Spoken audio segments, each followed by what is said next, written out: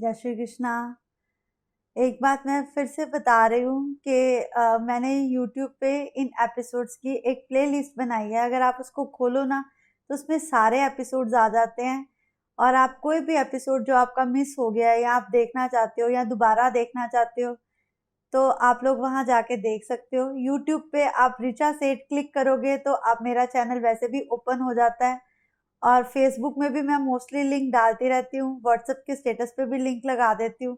लेकिन फिर भी ना कुछ लोगों को ये है कि उन्हें नहीं मिल पाती वीडियो, तो अब मुझे नहीं समझ आता और मैं किस तरीके से इसको बारे में बताऊं।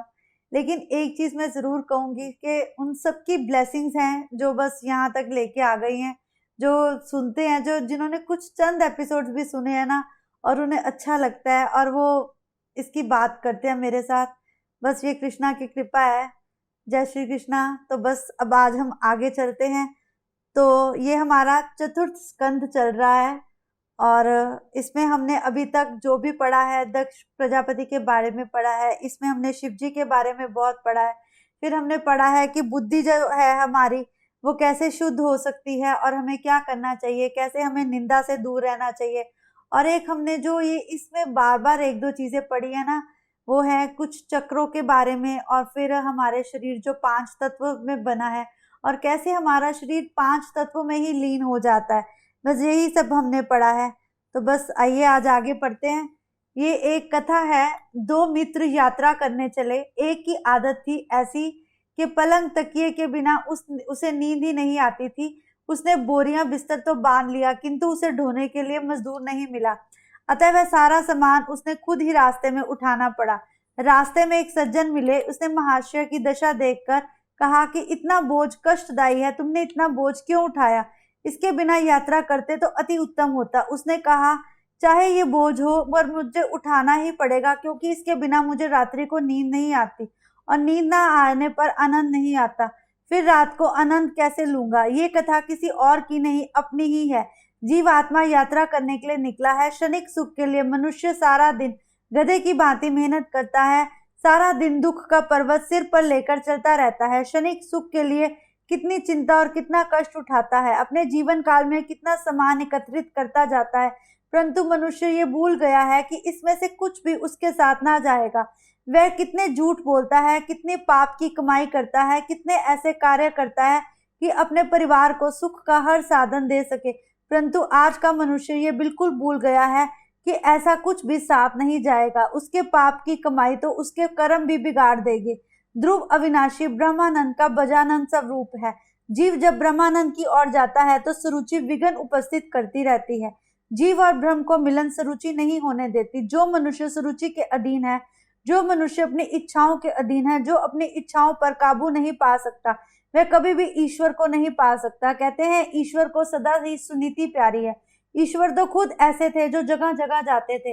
देखो भगवान कहाँ पैदा हुए, फिर उन्होंने कहाँ यशोदा माँ के साथ रहा, फिर वो द्वारकाधीश चले गए, फिर उन्होंने पांडवों के साथ युद्ध किया।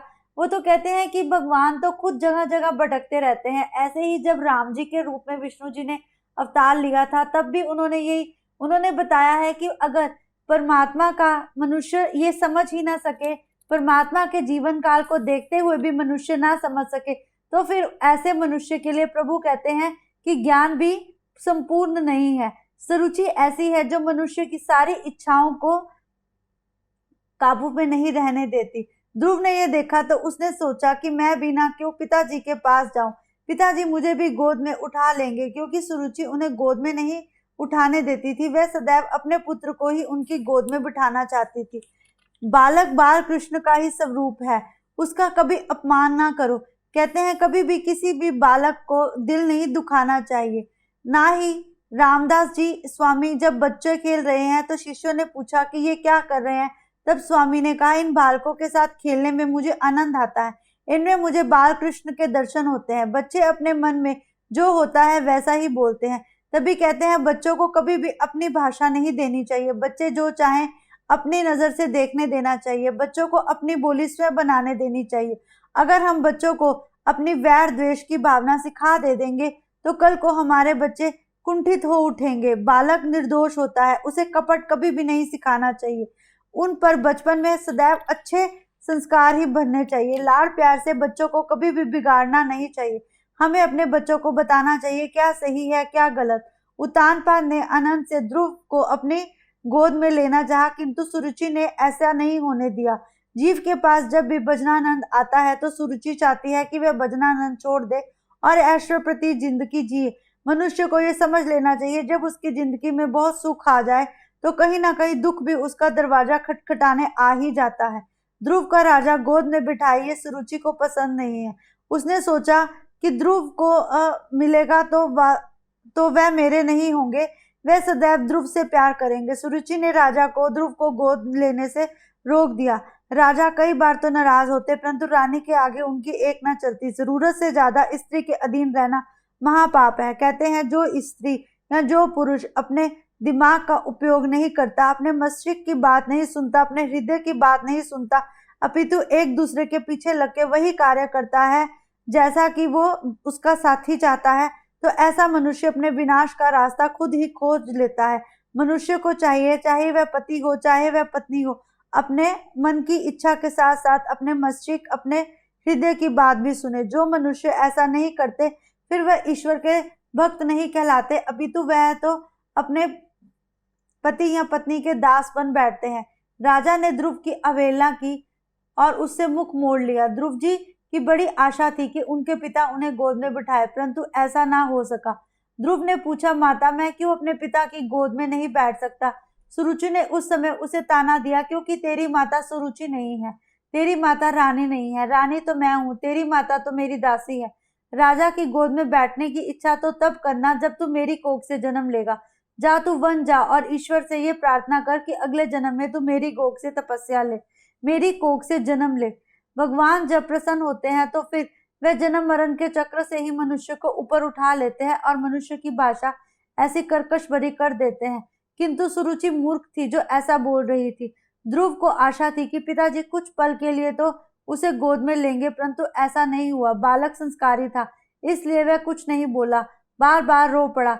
सुनीति समझाती है, तू मेरा सयाना बेटा है, तू उसकी बात मत सुन, तू चुप हो जा। परंतु ध्रुव के मन में ये बात बार बार चुभती रही। उसने एक भी बार सुरुचि की निंदा नहीं की। असली माँ वही होती है जो अपने बच्चों के सामने किसी दूसरे की निंदा नहीं करती, क्योंकि उसका बालक संस्कारी था और वह खुद भी संस्कारी थी। तभी एक दासी ने आकर उसे सारी बात बतलाई। सारी बात सुनकर सुनीति ने मन बहुत दुखी हुआ। उसने कहा कि ये क्या, इसने तो मेरे पुत्र का हृदय ही घातक कर दिया। इस प्रसंग से सुनीति को बहुत दुख हुआ और उसने सोचा कि मैं अपने बच्चे को क्या संस्कार देनी चाहती थी, परंतु आज मेरा बालक बहुत दुखी है। वह चाहती तो अपने बालक को राज्य और संपत्ति चाहे मिले ना मिले, परंतु उसने उसे अच्छे संस्कार दिए थे। यही माता सुनीति के अच्छे परिणाम का फल है कि उसे ध्रुव जैसा पुत्र मिला। कहते हैं उसी माता के घर अच्छे पुत्र या पुत्री जन्म लेते हैं जो स्वयं संस्कारी होती है। कुमाता के घर कभी भी अच्छे बच्चे जन्म नहीं ले सकते। सुनीति ने दुख के आवेग को दबाकर धीरज से कहा, तेरी भी माता कुछ भी कहे, परंतु तू एक बात याद रखना, वो तेरे पिता है और तुझे सदैव उनका आदर करना है। उसने जो भी कहा हो, मैं तुझे ये उपदेश देती हूँ कि तुझे कभी भी उनका अपमान नहीं करना। मनुष्य बहुत कुछ मांगने पर बहुत कम मिलता है, तब उसे ऐसा लगता है कि उसका अपमान हो रहा है, परंतु एक बात याद रखो, इसलिए कहता हूँ कि किसी से कुछ मत मांगो। जो भी मांगना है ठाकुर जी से मांगो। ठाकुर जी तुम्हें देकर कभी भी ये एहसान नहीं जताते। भगवान जब देता है तो इतना अधिक देता है कि तुमसे संभाला नहीं जाता, परंतु वही जब तुम्हारा मित्र या तुम्हारा परिवार का जन देता है तो तुम्हें बार बार ये एहसान दिलाता है। मैंने तुझे नारायण को सौंप दिया है, जो तेरा सही मायने में पिता है। तेरा इस घर में रहना निरर्थक है। इस घर में तू क्या रहेगा? तेरी सौतेली माता सदैव तुझे कष्ट देती रहेगी, अन्यथा मुझे भी दुख होगा। तेरी भी माता ने अगर तुझे वन में जाने के लिए कहा है तो तू जा, इसी में तेरा कोई कल्याण है। यदि तू उत्तम की भांति राज सिंहासन पर बैठने की इच्छा रखता तो श्री भगवान के चरण कमलों में आराधना कर। अब तो ध्रुव के मन में ये बात घर कर गई, क्योंकि सुरुचि का पुत्र उत्तम था और वह भी चाहता था कि उत्तम की भांति वह पिता की गोद में बैठे। ध्रुव ने माता से कहा कि आपने उसका अपमान क्यों नहीं किया? उसने भी तो मेरा अपमान किया है। आप उसके पुत्र को प्यार क्यों करती हैं? वो भी तो मुझे प्यार नहीं करता। परंतु सुनीति ने उसे ये कहकर समझाया कि वो अगर अपने नेक रास्ते को भूल गई है, तो मैं क्यों माता से कुमाता बन जाऊं? मैं तो उत्तम की माता हूँ और माता ही रहूंगी। मैं तुम दोनों में कोई अंतर नहीं करती। सही माता की यही पहचान है। चाहे मेरे पति मेरा कितना भी अपमान क्यों ना करे, परंतु आज मैं तुझे एक बात कहती हूँ कि तू कभी भी अपनी सौतेली माता या पिता का अपमान मत करना। मैं तुझे वन में भेज रही हूँ, पर एक बात याद रखना, तू अकेला नहीं है, तेरे साथ नारायण है, तेरे साथ मेरा आशीर्वाद है। एक बात याद रखिए, पिता तुझे गोद में बैठाकर कुछ नहीं देंगे, जब नारायण तुझे गोद में बिठलाएंगे तब तुझे पूरा संसार मिल जाएगा। जब तू मेरी गर्भ में था उस समय मैंने तेरी रक्षा की थी, अब वन में तेरी रक्षा भगवान स्वयं करेंगे। अतः तू वन में जा, परमात्मा की आराधना कर। मैं तेरा और अपमान नहीं सहन कर सकती। मेरे नारायण तुझे अपनी बाहों में समा लेंगे और तुझे सुरुचि के दुखों से भी मुक्ति दिलाएंगे। किंतु ध्रुव को अभी भी डर लग रहा था। जो सुनीति अपने पुत्र को ये कहती है कि तू अकेला नहीं है, तेरे साथ नारायण है, वही सुनीति है। जीव ये अनुभव नहीं करता कि भगवान उसके साथ है या नहीं। जीव मात्र के सच्चे मित्र तो नारायण ही है। भगवान ये नहीं कहते कि अमुक व्यक्ति धनिक है या गरीब, शिक्षित है या अशिक्षित, छोटा है या बड़ा। भगवान तो ये देखते हैं कि जीव के हृदय में प्रेम है या नहीं। अपने दुख की कथा प्रभु से एकांत में ही कहो। प्रभु को मनाओ तो एकांत में बनाओ। प्रभु का पाप स्वभाव छूट नहीं पाता, कृपा करो। पर एक बात याद रखना, अगर अपने प्रभु की भक्ति का गुण गाओगे तो कभी ना कभी उसकी भक्ति का यश अवश्य ही फैलेगा। ऐसा ही ध्रुव ने किया और ऐसा ही प्रभु के कई भक्तों ने किया, ऐसा ही सुदामा ने किया, ऐसा ही मीराबाई ने किया।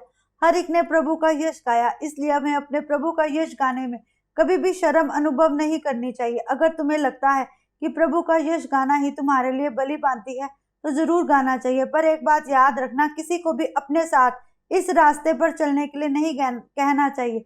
तुम्हें यश गाना है तो अकेले गाओ। तुम्हें कभी भी किसी को प्रभु का यश गाने के लिए मजबूर नहीं करना चाहिए। भगवान उसी को मिलते हैं जो उनके आश्रय का पात्र होता है। भगवान हर एक को नहीं मिल सकते, पर एक बात याद रखो, अगर तुम संसार में उनकी भक्ति का मार्ग दूसरों को दिखलाओगे तो वे तुम्हें अवश्य जरूर मिलेंगे।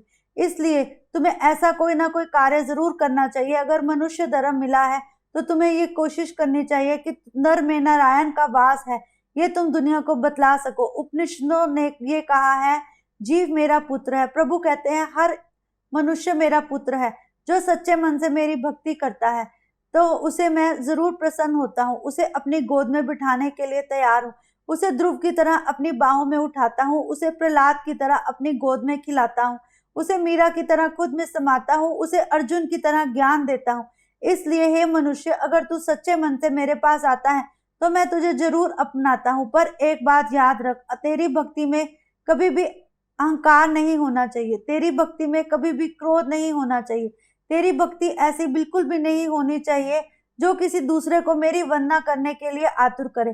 तुझे मेरी भक्ति का गुणगान करना है, ना कि दूसरों को मेरे राह पर चलने के लिए सद्भाव से उकसाना है। किसी के प्रति द्वेष रखकर ईश्वर की आराधना नहीं की जा सकती, परंतु आजकल तो भक्त दूसरे भक्त से ही जलन का अनुभव करता है। उसे ऐसा लगता है कि अगर ये प्रभु की भक्ति कर रहा है तो मैं भी तो कर रहा हूँ, अगर इसे सुख का साधन मिल सकता है तो मुझे क्यों नहीं। पर याद रखना, यहाँ तुम्हारी भक्ति छिन्न भिन्न हो जाती है।